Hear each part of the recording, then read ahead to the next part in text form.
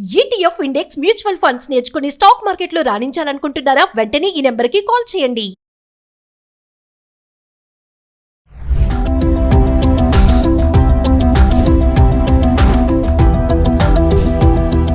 నమస్తే, welcome back to Suman TV. ప్రస్తుతం మనతో పాటు ఉన్నారు ఫ్యామిలీ కౌన్సిలర్ రజనీ రమ్మ గారు. నమస్తే మ్యామ్. నమస్తే మేడం, ఇప్పుడు హస్బెండ్ చాలా స్ట్రెస్ఫుల్గా ఉండి, వర్క్ స్ట్రెస్తో ఉండి, కొంచెం ఒకసారి కోపం, బయట ఏదైనా ప్రాబ్లం వచ్చింది అనుకోండి, ఫ్రెండ్స్తో కానీ ఎవరితో గొడవ అయ్యి చిరాగ్గా చిర్రెత్తుగా ఇంటికి వచ్చినప్పుడు వైఫ్గా ఎలా మాట్లాడాలి, ఎలా కూల్ చేయాలి ఆ సందర్భాన్ని? కొంతమంది మహిళలు ఉంటారు ఆ స్ట్రెస్లో కూడా ఏదో పిచ్చి పిచ్చిగా మాట్లాడేసి ఆ కోపాన్ని ఇంకొంచెం పెంచుతూ ఉంటారు కొంతమంది మహిళలు. కొంతమందికి అర్థం చేసుకోకుండా తన ఎలా ఉంటుందో, రొటీన్ లైఫ్లో ఎలా ఉంటుందో అలానే ఉంటుంది. హస్బెండ్ అంత సీరియస్గా స్ట్రెస్లో ఉన్నా కూడా. సో ఒక్కసారి అలాంటి సన్నివేశం ఎదురైనప్పుడు భార్యగా ఎలా కూల్గా ఉండాలి, ఆ టైంలో ఎలా కూల్ చేయాలి, ఎలా రిలాక్స్ చేయాలి భర్తని అంటే టిప్స్ మేడం. అంటే ఆ సూట్ కేసుని బయట నుంచి మోసుకొస్తాడు ఫస్ట్ ఆఫ్ ఆల్ ఇంట్లోకి. ఆయనతో ఆ సూట్ కేసు ఉందని ఆవిడకి ఏం తెలుసు? కాబట్టి ఫస్ట్ ఎయిడ్గా చేయవలసింది ఏంటంటే ఎవ్రీడే కూడా, ప్రతిరోజు కూడా, జీవితకాలం కూడా బయట నుంచి రాగానే ఆ కందిరీగల పుట్టను కదపకూడదు. కదిపారనుకో సూట్ కేసు ఓపెన్ అయిపోతుంది. అంటే అక్కడ మూడు బాగుందా బాగాలేదా మనకేం తెలుసు? నీ మూడు బాగుందని తెలుసుకుని మేము మాట్లాడాలి. నీ మూడు బాగోలేదు, కష్టంలో ఉన్నావో, బాధలో ఉన్నావో, కోపంలో ఉన్నావో అని మేము ఇలా కనిపెట్టుకుని చూస్తూ ఉండాలా? మాకేం తెలుసు? చెప్తే తెలుస్తుంది. మరి ఆ మూడ్లో ఉన్నప్పుడు చెప్పరు కదా, ఇదిగో నాకు ఇలా కోపంగా ఉంది, ఇదిగో నేను ఇలా అలా జరిగింది, నాకు ఇప్పుడు నేను స్ట్రెస్లో ఉన్నానని చెప్పుకుంటూ రాడు కదా. మరి మనకు ఎలా తెలుస్తుంది అంటే ఓవరాల్గా మీరు ప్రతిరోజు రాగానే సైలెన్స్ మెయింటైన్ చేసుకోండి. కాసేపు ఏదో టీ తాగుతారా, మంచినీళ్ళు కావాలా, అది చూడండి, స్నానం చేయండి. త్వరగా వచ్చాడు అనుకో, ఈరోజు తొందరగా వచ్చారే, ఏదో ఒకటి. అవి కూడా కదిపిన కొంతమందికి డేంజరే. ముఖ్యంగా స్నానం చేయండి అనో, లేకపోతే నీళ్లు తాగుతారా, కాఫీ తాగండి అని. కొంతమందికి తాగుతారా అంటే అమ్మో ఇంత పొడుగుని కోపం వస్తుంది. తాగుతారా, తింటారా అని అడుగుతారా, రాగానే ఇవ్వాలి అంటారు కొంతమంది. మరి అదే భార్య బయట నుంచి వస్తే తీరిగ్గా కూర్చుని ఇంట్లో ఉన్న భర్త మంచినీళ్ళ గ్లాస్ తెచ్చిస్తాడా? ఇప్పుడు ఈ కాలం వాళ్ళకి నేను అసలు ఇవేమి చెప్పను, వాళ్ళకి జరగవు ఇవన్నీ. మన వరకు అనుకుందా అంటే ఈ ఏజ్ వాళ్ళు ఎక్కువ బాధలు పడుతున్నారు కాబట్టి వీళ్ళకే చెందుతాయి ఎక్కువ. మరి ఆయన ఏమైనా గ్లాస్ మంచినీళ్ళు ఇస్తాడా? అబ్బే, ఈవిడే పాపం లోపలికి వచ్చి టీ తాగారా, ఏం చేస్తున్నారు, సరే సరే అని లోపలికి వెళ్ళి పాపం ఈవిడే మంచినీళ్ళు తాగుతుంది. టీ తాగలేదంటే పాపం ఈవిడే టీ పెడుతుంది. మరి దీనికి ఏం చెప్తారు సమాధానం?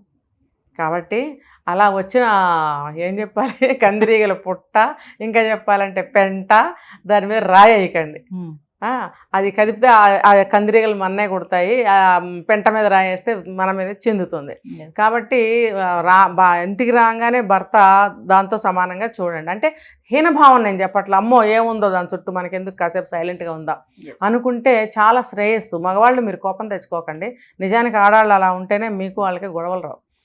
సో ఆడవాళ్ళు అలా ఉండాలి. నీళ్ళు తాగండి, కాఫీ తాగండి అనాలి. స్నానం చేశారండి అంటే కొంచెం కూల్ అవుతాడు ఆ మహానుభావుడు. కొంతమంది ఉంటారు మేడం, మీరు అన్నారు కదా గయ్యాళ్ళు కూడా కొంతమంది ఉంటారు, అసలు ఇంకా మూర్ఖులు పట్టించుకోరు. ఇంకా అసలు వచ్చావా, అప్పుడే వచ్చేసావా అనే భార్యలు కూడా చాలా మంది ఉన్నారు. ఏంటి అప్పుడే వచ్చేసావేంటి, నీ డ్యూటీ 6ంటికి కదా అవేది, నువ్వు 5ంటికే వచ్చేసావేంటి అంటే ఇమీడియట్లీ చాలా కోపం వచ్చేస్తుంది. అక్కడ ఆల్రెడీ కోపంతో ఉంటే ఎక్కువ అవుతుంది, అది రాదు.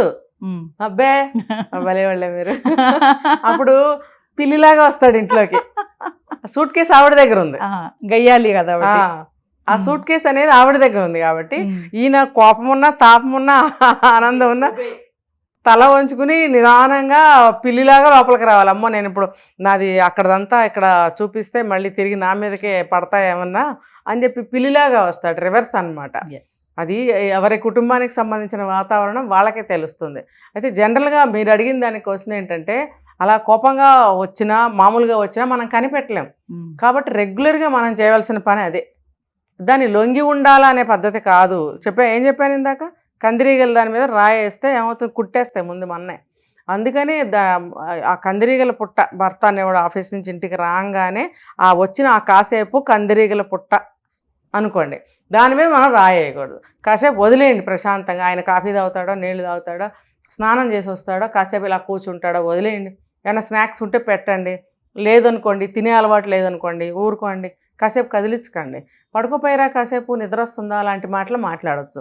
ఆయన ఆ సమయంలో ఎటు పడుకోడు, లేస్తాడు, తిరుగుతాడు, కూల్ అయిపోతుంది లోపల. ఇంటి వాతావరణానికి రాగానే ఇటువంటి మాటలు ఇలాంటివి జరిగితే ఇంకొంచెం కూల్ అవుతాడు. తర్వాత మెల్లగా ఈరోజు మనసేం బాగాలేదో అంటాడు. ఏమైంది అని అప్పుడు అడిగితే బాగుంటుంది, అప్పుడు చెప్పేస్తాడు మొత్తం. సో ఏదేమైనా మేడం, వైఫ్ అండ్ హస్బెండ్ అనేవాళ్ళు ఖచ్చితంగా అది ప్రేమ పెళ్ళైనా పెద్దలో కుదిర్చిన పెళ్ళైనా సరే, ఇలా కష్టం సుఖం ఏదైనా సరే షేర్ చేసుకుంటే మంచిది కదా. అది చాలా మంది ఇప్పటి వాళ్ళు కూడా అప్పటి వాళ్ళు కూడా మనం అనుకున్నట్టుగా భార్యలతో షేర్ చేసుకోరు. ఇప్పటి వాళ్ళు కూడా చాలా మంది ఉన్నారు, ప్రతిదీ చెప్పరు, ఏదో పైన చెప్తారు కానీ డీప్గా ఏమైనా ఉంటే చెప్పరు. అంటే చెప్పితేనే కదా సొల్యూషన్ అనేది దొరుకుతుంది. భార్య కూడా భర్తతో మనసు విప్పి మాట్లాడడానికి ఛాన్సెస్ ఉంటాయి. ఏమో ఒక సలహా ఇస్తే దానివల్ల భర్త సమస్య కూడా తీరొచ్చు కదా. ఫైనల్గా ఏం చెప్తారు? ఇది 2 కారణాలు నవీన. ఒకటి పెరిగిన వాతావరణం, వాళ్ళ నాన్న వాళ్ళ అమ్మతో ఏం చేశాడో ఈ మహానుభావుడు ఇలా భార్యతో అలాగే చేస్తాడు. రెండోది ఏంటనంటే ఇప్పుడు ఈమెకి చెప్తే ఏం తీరుస్తుంది, ఏం మారుస్తుంది, ఈమెకి చెప్పడం అవసరమా? ఇంకొకటి అయిష్టత. భార్య అంటే ఇష్టం ఉండదు, ఖచ్చితంగా ఈ కారణం ఉంటుంది. భార్య అంటే ఇష్టం ఉండదు, ఏదో చేసుకుంటాడు పెళ్ళి. ఇంకో దానికి చెప్పుకోవచ్చు, ఇంకో ఫ్రెండో గింగో ఎవరో ఉంటారు, వాళ్ళకైతే అహాహా ఓహోహో అనుకుంటూ చెప్తారు. అంటే మోజు, ఇష్టం. ఇప్పుడు రోజు ఇంటికి రాగానే తలుపు తీసేది నీకు ఎంత ఇష్టం లేకపోయినా అదే భార్య. నువ్వు రాగానే నువ్వు చెప్పులు ఇప్పి స్నానం చేసి వచ్చేటప్పటికి టేబుల్ మీద ప్లేట్ పెట్టి భోజనం వేడివేడిగా పెట్టి ఇష్టమైంది ఏం తింటాడో అని అది వండి అక్కడ పెట్టి, అది ఎంత తింటాడో అంత తింటాడో అదంతా అక్కడ పెట్టి ఇవన్నీ తెలుసుకుని నీకు రెడీ చేసేది ఈవిడ, ఆ బయట ఆవిడ కాదు. అంటే మగవాళ్ళు అవ్వచ్చు, ఆడవాళ్ళు అవ్వచ్చు, ఆఫీస్లో కొలీగ్స్ అవ్వచ్చు, ఫ్రెండ్స్ అవ్వచ్చు, ఎవరైనా కానీ. మరి అక్కడ ఉన్నంత ఆనందం నీకు ఇక్కడ ఎందుకు ఉండదు అంటే అయిష్టం. ఇంకొకటి, ఈవిడ చదువుకున్నా సరే నీకేం తెలియదు, అవతలదేం చదువుకోపోయినా అబ్బో ఆవిడ చాలా గొప్పది, పరాయి మోజు. ఏంటంటే ఇక్కడ అయిష్టత. పెరిగిన వాతావరణం వాళ్ళ నాన్న ఒక ఇన్ఫ్లుయెన్స్ వీళ్ళ మీద ఉండటము. రెండోది భార్య అంటే అయిష్టత. ఆ అయిష్టతతోటి ప్రేమ లేకపోవటం, చిన్న చూపు, ఎగతాళి ఇవన్నీ ఉంటాయి, లోకువ ఇవన్నీ ఉంటాయి, నీకేం తెలీదు అనే మాటలు. వాటితోటి క్షణక్షణం కించపరుస్తూ తూట్లు పొడుస్తూ మానసికంగా కృంగదీసి ఒక మూలను పెడతారు, పనికి రాకుండా చేస్తారు వాళ్ళని. Thank you.